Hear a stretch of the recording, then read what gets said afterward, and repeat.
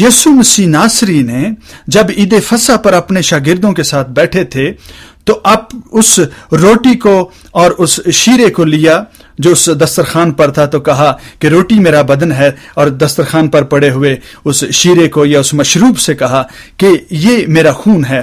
روٹی سے کہا یہ کھا لو، اور مشروب سے کہا یہ پی لو، کیونکہ یہ میرا گوشت اور خون ہے۔ اور خود بھی اس نے وہی کھایا اور ان میں شامل ہوا۔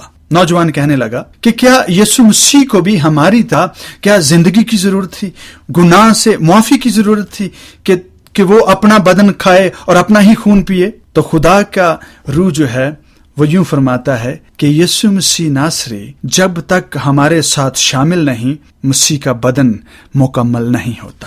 لکھا ہے کہ مسیح کلیسیا کا سر ہے، اس بدن کا وہ سر ہے۔ اگر سر دھڑ کے ساتھ جڑا ہوا نہ رہے، شامل نہ ہو، تو جسم مکمل نہیں ہوتا۔ اور یوں یسوع مسیح ناصری نے اپنے آپ کو انسان کے ساتھ شامل کر لیا ہر چیز میں۔ انسان کی زندگی، انسانوں کی زندگی، نسل آدم کی زندگی بڑی پھیکی تھی، ایک ڈگر پر چلی جا رہی تھی، ایک روٹین لائف تھی۔ روز کا کام ویسے ہی گناہ، اور انسان ویسا ہی مایوس صدیوں اور سالوں سے چلا آ رہا تھا۔ لیکن انسان کی زندگی میں، انسان کی تاریخ میں، انسان کے خاندان میں، نسل آدم کی زندگی میں تھرل اس وقت آیا جب خدا کا بیٹا انسان کا بیٹا بن گیا۔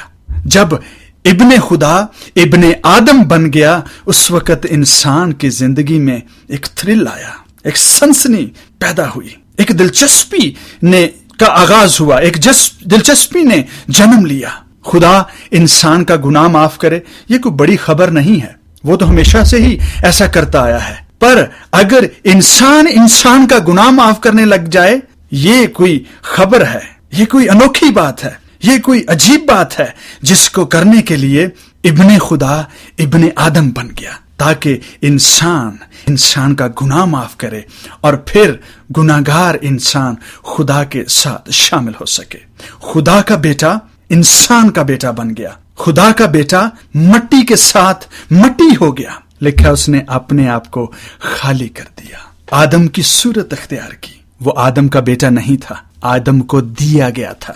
اسی لیے تو یسایہ نبی کی کتاب میں لکھا ہے، ہمارے لیے ایک لڑکا تولد ہوا اور ہمیں ایک بیٹا بخشا گیا۔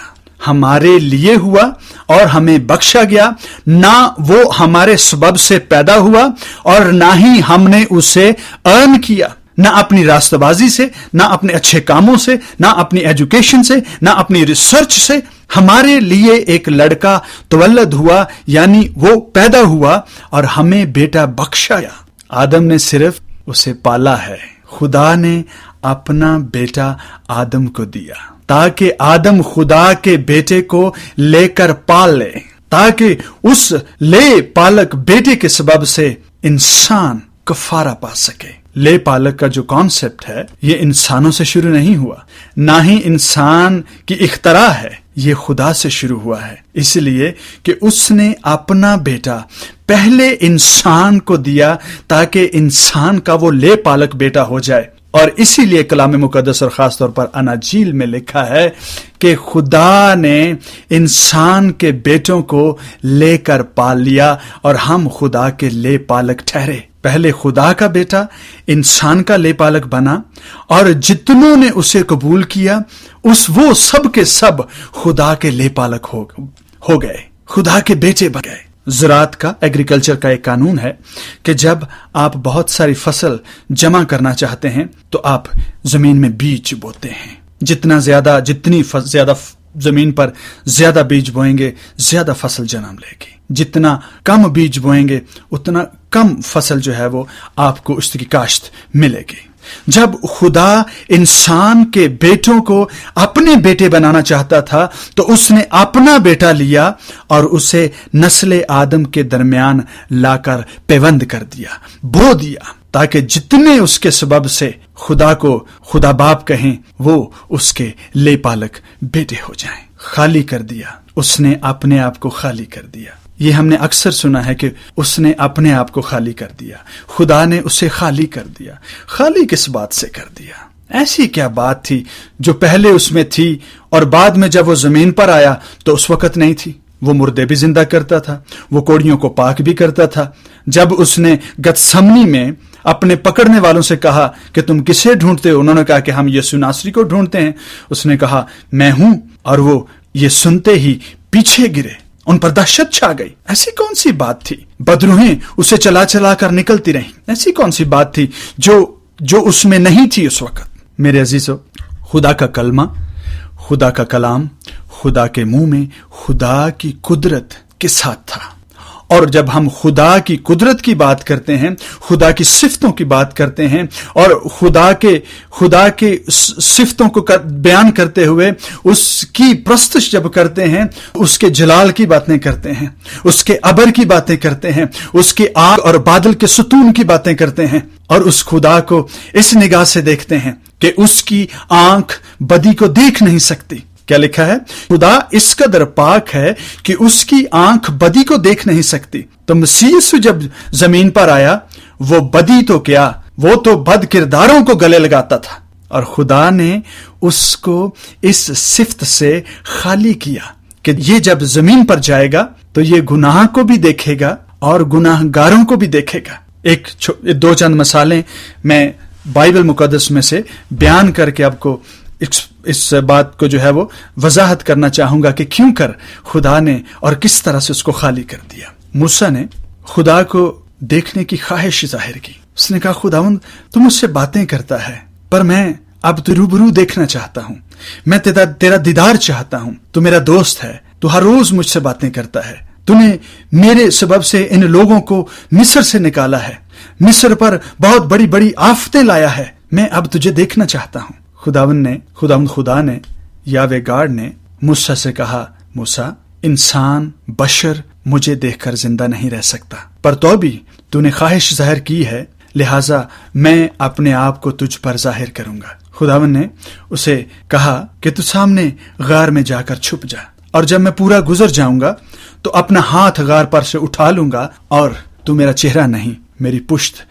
دیکھ سکے گا۔ لکھا ہے کہ خدا کے کہنے کے مطابق موسیٰ نے ویسا ہی کیا، اور خدا نے اپنا ہاتھ غار پر رکھ دیا، اور لکھا ہے کہ جب خدا سارا گزر گیا تو اس نے اپنا ہاتھ غار کے منہ پر سے ہٹایا، اور موسیٰ نے خدا کی کمر اور یا اس کی پشت دیکھی، اور جب موسیٰ نے خدا کی پشت دیکھی تو اس کو غش آیا، وہ بے ہوش ہو گیا۔ یہ خدا کا جلال تھا۔ پہلی بات کہ خدا انسان کو اس طرح سے نظر نہیں آتا تھا، پر اس نے اپنے جلال کو کم کیا تاکہ موسیٰ اس کے جلال کو دیکھ سکے، یا اس نے موسیٰ کو اس قابل بنایا کہ وہ اپنی انسانی آنکھوں سے خدا کو دیکھ سکے، پر اس کے باوجود بھی لمحہ بھر جب اس نے نگاہ کی تو اسے غش آیا، وہ بے ہوش ہو گیا۔ میرے عزیزو، اگر خدا کا کلمہ جو خدا کے منہ میں تھا، اگر خدا کے بیٹے کے طور پر پورے جلال کے ساتھ جیسے خدا کی پشت دیکھتے ہی موسیٰ بے ہوش ہوا، اگر خدا کا بیٹا اسی جلال میں زمین پر آتا تو سب سے پہلے گڈریے اس کو دیکھتے ہی چرنی میں بے ہوش ہو جاتے۔ جتنے لوگ اس کو دیکھتے سب کے سب بے ہوش ہو جاتے، کوئی اس کے چہرہ پر نگاہ ہی نہ کر پاتا۔ خدا نے اپنے بیٹے کا، اپنے کلام کا، اپنے کلمے کا جب اسے مجسم کیا تو اس کا جلال کم کیا، تاکہ آدم کی آنکھ، انسان کی آنکھ، بنی آدم کی آنکھ اسے دیکھ سکے، اور جتنے اس کو دیکھیں وہ مر نہ جائیں، وہ بے ہوش نہ ہو جائیں، بلکہ زندہ رہ سکیں۔ پرانا عہد کے صندوق کے بغیر کچھ بھی نہیں ہے، خالی ہے، اس لیے کہ خدا کا کلام لوہوں کی صورت میں اس عہد کے صندوق کے اندر تھا۔ کلام مقدس میں لکھا ہے کہ جب بیلوں نے ٹھوکر کھائی، ایک شخص نے جب اسے ہاتھ بڑھا کر تھامنے کی کوشش کی تو وہ وہیں پر مر گئے۔ وہ ایک علامتی جلال کا وہ جلال برداشت نہ کر سکے، اس غیرت کو برداشت نہ کر سکے۔ خدا اس قدر غیور خدا ہے کہ جس طرح سے اس نے فرمایا اگر ویسے نہیں کیا گیا تو لکھا ہے کہ ہاتھ لگانے والے وہیں پر مر گئے۔ میرے عزیزو، مسیح یسوع کا اگر خدا باپ جلال کم نہ کرتا، اسے خالی نہ کر دیتا تو کوئی اسے چھو نہ سکتا۔ خدا نے اپنے بیٹے کا جلال کم کر کے آدمی کے جلال کے برابر کر دیا تاکہ لوگ اسے چھو سکیں، اسے ہاتھ لگا سکیں، اسے جفی شفی ڈال